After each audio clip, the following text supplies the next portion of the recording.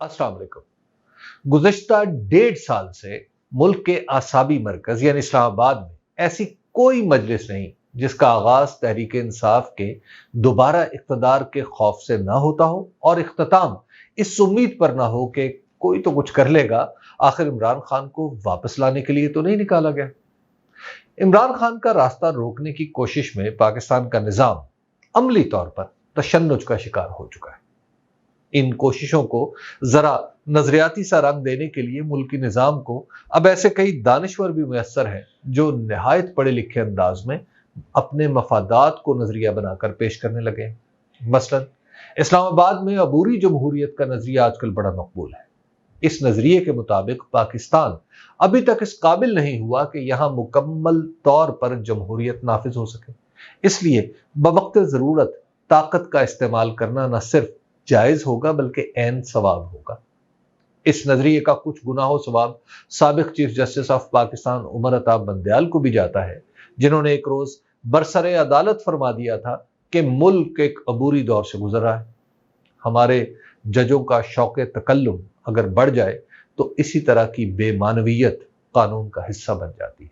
लिहाजा इस फिक्रे की अफादियत आंजनाब के ओहदे कज़ा छोड़ने के बाद शाहराह दस्तूर पर वाक़े हर दफ्तर में सराही जाती है। इस नजरिए की ताज़ा तशरीह के मुताबिक हर वो काम जायज है जिसके नतीजे में इमरान खान को सियासत से निकाला जा सके, और हर वो काम गलत है जिसके नतीजे में अवाम आज़ाद फिजा में अपना फैसला सुना सके। अबूरी जमहूरियत के इस नजरिए से इलेक्शन में धांधली का जवाब भी निकाला जाता है। कुछ लोगों को इलेक्शन लड़ने से रोकना भी जायज समझा जाता है और मुल्की मफाद के लिए मुकदमा चलाए बगैर जेल में डालना भी दुरुस्त कर दाना जाता है। इस नजरिए के सबसे बड़े मुबल्लिग के पास चूंकि एक आला ओहदा भी है, इसलिए उनकी बात को दुरुस्त मानना बहुत सौ की मजबूरी है। इमरान खान का रास्ता रोकने के लिए दूसरा नजरिया मौसमी अवामी मफाद का है। इस नजरिए को भी किसी दर्जे में अकाबिर की हमायत हासिल है और इसकी कदर कीमत उस वक्त बढ़ जाती है जब मौलाना फजल रहमान इसकी तरवीज में हिस्सा डालते हैं। इस नजरिए के मुताबिक अवाम का मफाद इसमें है कि उन्हें मौसम की सख्ती से बचाया जाए और मुल्क की मईशत बहाल की जाए। सरेदस्त इसके पहले नुक्ते पर जोर दिया जा रहा है कि आइंदा साल जनवरी में चूंकि मौसम सख्त सर्द होगा, इसलिए इलेक्शन को अच्छे मौसम तक मुलतवी कर दिया जाए। अच्छे मौसम की आमद तक खैबर पख्तूनख्वा की हुकूमत बदस्तूर जनाब मौलाना के हवारियों के कब्जे में ही रहनी चाहिए ताकि अवाम के मफाद की मुअस्सर रखवाली की जा सके। जब मौसम मुनासिब हो, यानी इमरान खान को इलेक्शन में हराना मुमकिन हो जाए, तो फिर इलेक्शन में कोई मज़ायका नहीं। अगर अच्छे मौसम में भी इमरान खान जीत रहे हों तो फिर मुआशी बहाली का नुक्ता पूरी कुव्वत के साथ आगे बढ़ाया जाएगा।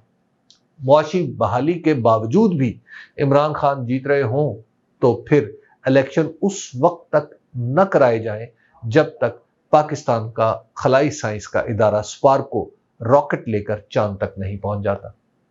इस नजरिए को पाकिस्तान मुस्लिम लीग नून की खामोश हिमायत भी हासिल है, यानी जो कुछ मौलाना मोहतरम की जबान पर है वो मुस्लिम लीग नून के दिल में है। इस नजरिए पर ईमान लाने वालों को मौलाना की दुआएं और मुस्लिम लीग नून की गैर मशरूत हिमायत हासिल होती है, यानी दीन और दुनिया का फायदा बैक वक्त दुनिया में मिल जाएगा। इमरान खान को इलेक्शन जीतने से रोकने के लिए तीसरा नजरिया जो इस्लामाबाद और इसके निवाह में पेश किया जा रहा है उसे नजरिया मसलहत कहा जा सकता है, बल्कि नजरिए की बजाय इसे तरकीब कहा जाए तो ज्यादा मुनासिब है। इस तरकीब के मुहर्रिक जनाब आसिफ अली जरदारी हैं। उनकी तजवीज के मुताबिक इलेक्शन से पहले ही इसके नताइज मुरतब कर लिए जाएं तो वो उन्हें कबूल कर लेंगे, बशर्ते के पीपल्स पार्टी कौमी असम्बली में सबसे बड़ी, पंजाब असम्बली में तीसरी बड़ी, खैबर पख्तूनख्वा में चौथी, सिंध और बलोचिस्तान असम्बलियों में अक्सरियती जमात बनकर उभरे। जनाबे जरदारी के इस नजरिए के मुताबिक इलेक्शन को मरोड़ कर उनकी हुकूमत बनवा दी जाए तो वो तहरीक इंसाफ का इलाज भी दरियाफ्त कर लेंगे। जनाबे जरदारी साहब ये जमानत देने के लिए तैयार हैं कि उन्हें पाकिस्तान जैसा है जहां है की बुनियाद पर कबूल है। اس کا مطلب ہے وہ کسی کو نہیں چھیڑیں گے۔ ان کے دور مفاہمت میں جو کچھ بھی ہوتا رہے راوی چین ہی چین لکھے گا۔ ایک طویل مدتی معاہدے کے مطابق بھیڑوں کی قسمت کا فیصلہ بھیڑیا ہی کیا کرے گا اور پیپلز پارٹی اس کے ساتھ ہر ممکن تعاون کرے گی۔ واضح رہے کہ اس ترکیب سے انتخابی نشان والے شیر کو جناب آصف علی زرداری ایک بار پھر پنجاب کے پنجرے میں بند کر دیں گے۔ عبوری جمہوریت کا نظریہ، ملکی مفاد کا نظریہ اور زرداری ترکیب، تینوں میں ایک بات مشترک ہے کہ ان کا دستور سے کچھ لینا دینا نہیں۔ عبوری جمہوریت کا نظریہ تو خاص طور پر پڑھے لکھے انداز میں عوام کی توہین ہے۔ اس کے ذریعے ہمیں یہ سمجھانے کی کوشش کی جا رہی ہے کہ پاکستانی عوام دراصل ذہنی طور پر اتنے بالغ نہیں ہوئے کہ اپنے رہنما منتخب کر سکیں، یعنی ہم عوام ایسی کمتر مخلوق ہیں کہ ہمیں حقوق دیے جا سکتے ہیں، نہ ہمارا فیصلہ قبول کیا جا سکتا ہے۔ جناب مولانا فضل الرحمان کا ملکی مفاد محض مسلم لیگ نون کے خفیہ موقف کی پہرے داری ہے۔ اس کا مطلب ہے کہ الیکشن کے بغیر ہی مسلم لیگ نون کو حکمران جماعت تسلیم کر لیا جائے، یا کم از کم انتخاب کا انعقاد اس طرح ہو کہ نتیجہ مسلم لیگ نون کے حق میں ہی نکلے۔ جناب زرداری کی ترکیب کے تو کیا ہی کہنے۔ ذوالفقار علی بھٹو اور بے نظیر بھٹو کی جماعت اب مانگ تانگ کر گزارا کرے گی، یہ کسی نے سوچا بھی نہیں تھا۔ ان تصورات کے پیشکاروں نے نہ جانے کیوں نہیں سوچا کہ اس طرح کے لا یعنی نظریات پیش کرنے سے کہیں بہتر تھا کہ یہ سبھی لوگ کھل کر دستور کو نہ ماننے کا اعلان کر دیتے اور اپنی آمریت کے حق میں دلائل دیتے۔ یہ موقف چاہے لوگوں کو برا لگتا، مگر اس صاف گوئی سے عوام کے دلوں میں ان کی تکریم تو بڑھ جاتی۔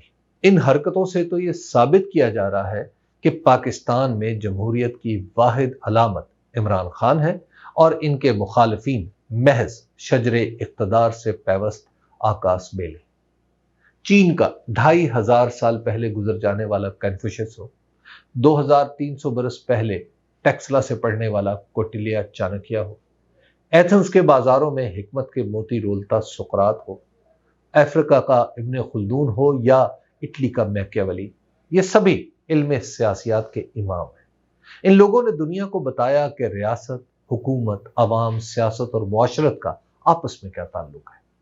اپنے اپنے عہد کے ان عبقریوں نے ریاست اور سیاست کے اصول اس طرح وضع کر دیے ہیں کہ اگر دنیا کو نئے سرے سے بھی ترتیب دینا ہو تو ان کی تجویزیں کام آئیں گی۔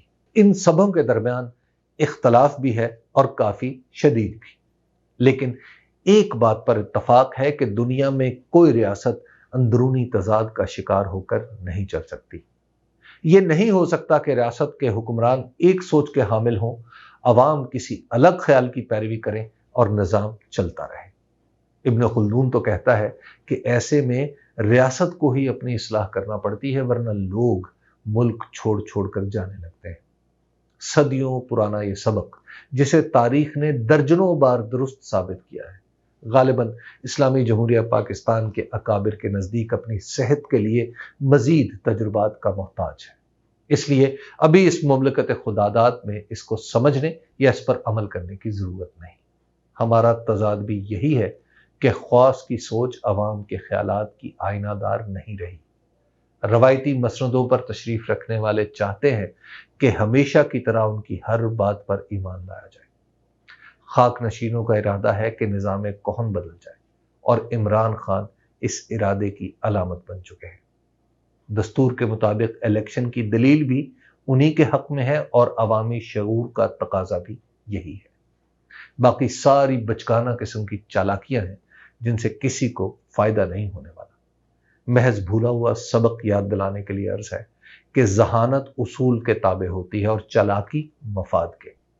یہ ہمارے زوال کی نشانی ہے کہ ہمارے اچھے خاصے لوگ بھی عمران خان کا مقابلہ نظریاتی چالاکیوں سے کرنے لگے ہیں۔ شکریہ۔